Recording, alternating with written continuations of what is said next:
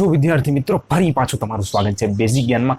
આ આપણો 5મા નંબરનો લેક્ચર, જેમાં આપણે એક વેરાયટી જે 2 થી 3 લેક્ચર છે કવર કરવાની રહી જતી હતી. આ વેરાયટી આમ તો બહુ ઈઝી જ છે. તમારે જે સિમ્પલ જે નોલેજ લગાડતા, જે 5મા ધોરણમાં હતા, 6ઠામાં હતા, 7મામાં હતા, એવું જ નોલેજ લગાડવાનું છે અને સિમ્પલ રીતે કરી દેવાનું છે. જો હવે આ એમ કહે છે કે 2a બરાબર 3b થાય, બરાબર? બસ આવું થાય છે. આટલી વાત સાચી? એ ભાઈમાં બી કરો તો મળી ગયો. લ્યો, એક રેશિયો મળી ગયો. જુઓ તમે, જુઓ 3:2 મળી ગયો. ભાગાકાર જ છે ને. રેશિયો એટલે શું છે? કોઈ પણ બે સંખ્યાનો રેશિયો લઈ બેનો ભાગાકાર સરળ સ્વરૂપમાં ફેરવીને જે મેળો મળે એ આપણો ભાગાકાર. હવે જો એમ કે છે કે 3b બરાબર 4c, એવું પણ સાચું છે. એ કે છો, હું નથી કહેતો. આના મતલબ આવો પણ થાય જ ને. શું કામ ન થાય? આવું પણ થાય. 2a બરાબર 4c, આવું પણ થાય. એટલે a ભાગ્યા c ઇઝ ઇક્વલ ટુ 2/1, બરાબર? a ભાગ્યા c એટલે 2/1, આવું પણ થાય. અને b/c ઇઝ ઇક્વલ ટુ 4/3. જોજો તમે, આપણી પાસે આ બે છે. આને કરીને મેળવી શકીએ આન્સર, આને કરીને મેળવી શકીએ આન્સર, અથવા આને કોણ રહી ગયું, આને કરીને મેળવી શકીએ, આને કરીને મેળવી શકીએ, અને આને કરીને પણ મેળવી શકીએ. તો તમારી જેવી ઈચ્છા, તમને જે મજા આવે એ કરવાનું.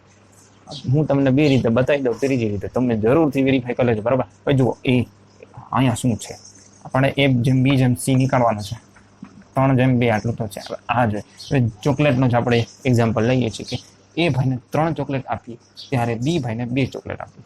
જ્યારે બી ભાઈને તમે 2 ચોકલેટ આપો, ત્યારે સી ને કેટલી આપવાની છે, બરાબર? તો બી ને આપણે 4 ચોકલેટ જ્યારે બીને આપણે આપીએ ને, ત્યારે સી ને આપણે 3 દઈશું. હવે આપણે વાત અહીં નહીં કરવાની કે જ્યારે બીને 2 ચોકલેટ આપો ને, ત્યારે સી ને કેટલી આપવાની છે, બરાબર? 3×6/4 એટલે કે 3/2 ચોકલેટ આપવાની છે. એટલે કે આની અડધી, અહીંયા અડધી આપો છો તો અહીંયા અડધી આપવાની છે. એટલે અહીંયા આવશે 3/2. આવું રાખો છો કોઈ દી ગુણોત્તરમાં? આવું નહીં રાખવાનું. થોડું વ્યવસ્થિત પ્રમાણે બનાવી દેવાનું. એટલે અહીંયા 2 વડે ગુણી નાખા, અહીંયા પણ 2 વડે ગુણી નાખા, અહીં ગુણી નાખા. અરે વાહ, જો આવી ગયો તમારે. તમને એમ થાય કે આવી રીતે નથી કરવું, મેં આ બેની વાત કરી, તમને આ બેનું મન થાય એ કરી દે આપણે. જોજો, જ્યારે એ ભાઈને 3 ચોકલેટ મળે છે અને બી ભાઈને 2 મળે છે. હવે જોજો, અહીંયા એ કોમન છે આ બેમાં, એટલે એની વાત કરશું. અહીંયા એને 3 મળે છે, ત્યારે 2 મળે છે. હવે અહીંયા શું છે કે એને 3 ચોકલેટ મળે ને, ત્યારે આપણે જોઈ છે કે સી ને કેટલી ચોકલેટ આપવાની છે, કેટલા ભાગ આપવાના છે ચોકલેટના.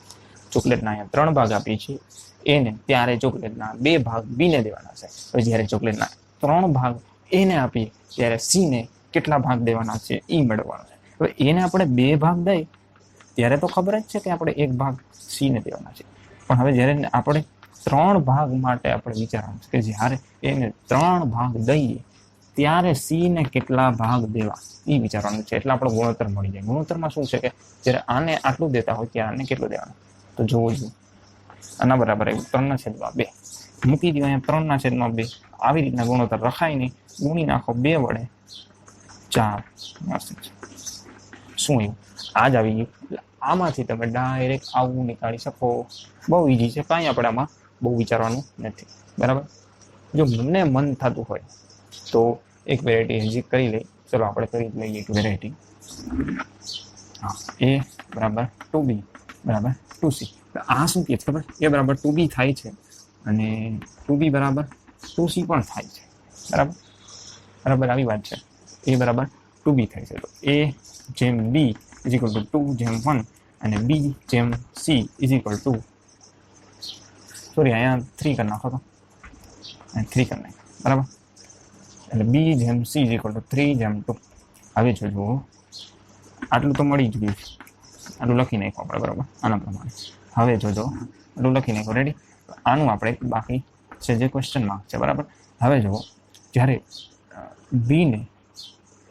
એને 2 ચોકલેટના ભાગ આપો છો, અથવા 2 ભાગ આપો છો, ત્યારે બી ને તમે 1 ભાગ આપો છો. એને 2 ભાગ આપો છો, ત્યારે બી ને 1 ભાગ આપો છો.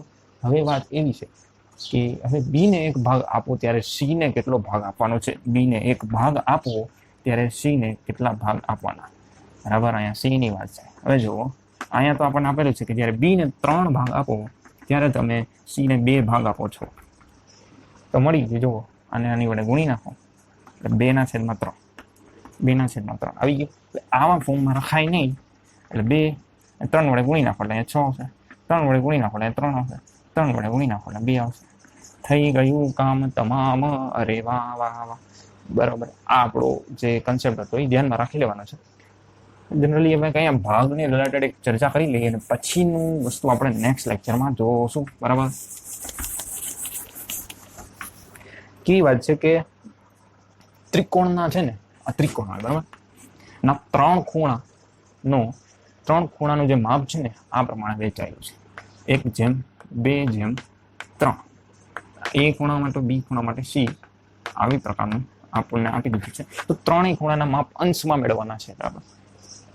હવે જોજો એક ભાગ તમને ખબર છે કે અહીંયા એક ભાગ એટલે શું થાય તો કે 1x થાય.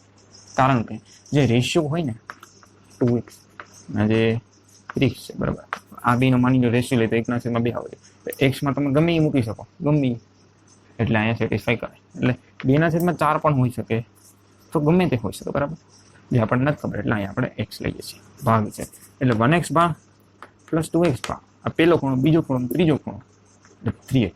આ બધાનો સરવાળો 180 ડિગ્રી આવે. તમને ખબર હોય તો કહી દો, ના ખબર હોય તો સોરી. ત્રિકોણના 3 ખૂણાનો સરવાળો 180 થાય. હારાવ નથી ભણ્યું યાદ રાખી લેજો. હવે ક્યાંક ને ક્યાંક કોમ્પિટિટિવ એક્ઝામમાં પૂછાઈ જાય તો તમારે ફાયદો થઈ જાય. આટલી તમને ખબર પડી ગઈ.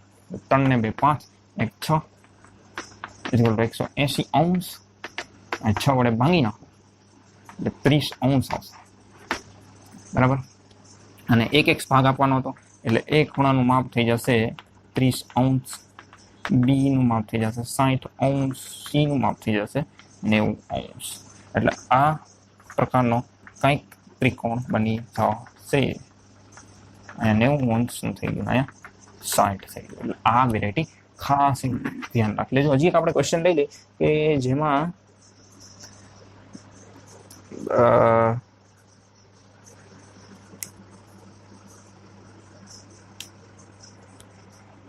ઓકે હાલો 3 સંખ્યાનો ગુણોત્તર 3/4/6 છે.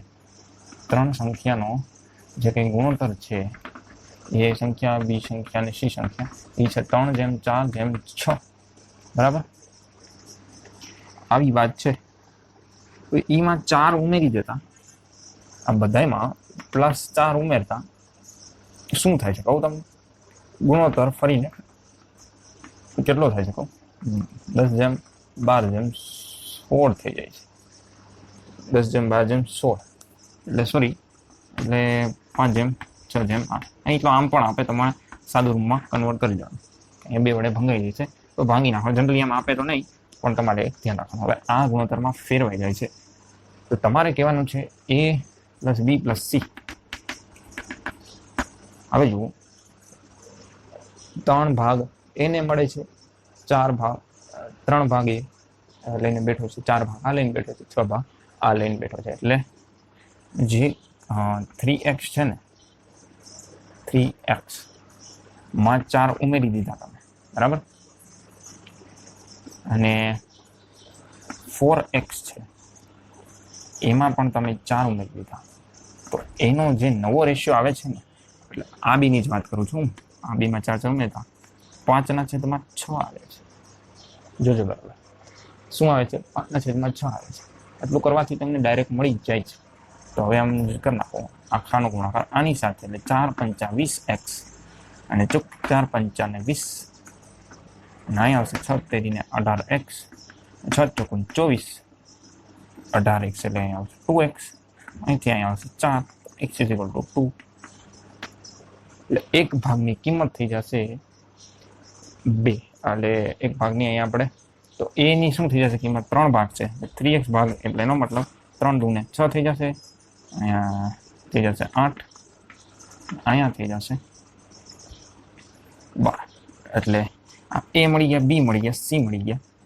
આ બધાનો સરવાળો કરવાનો છે. 12 × 8 = 20 ને 6 × 26 આન્સર આવી ગયો. એટલે તમને સરવાળો પણ પૂછે, જે પૂછવું એ પૂછે. આપણે શું કોમ્પિટિટિવ એક્ઝામમાં કંઈક થોડુંક અંતે કંઈક કરાવે દાખલો નોંધતો હોય તો ત્યાં એમ પૂછે કે a ગુણ્યા b ગુણ્યા c આપો, આપણે શું કરવાનું છે, ફક્ત ગુણાકાર જ કરવાનો છે. એવું પૂછ્યું તો 12 × 96 અને 96 ગુણ્યા 6 કરી નાખો એટલે તમારું કામ થઈ જાય. બરાબર, એટલે એવું પણ પૂછે એટલે એમાં કાંઈ કોઈ નવીનતા નથી.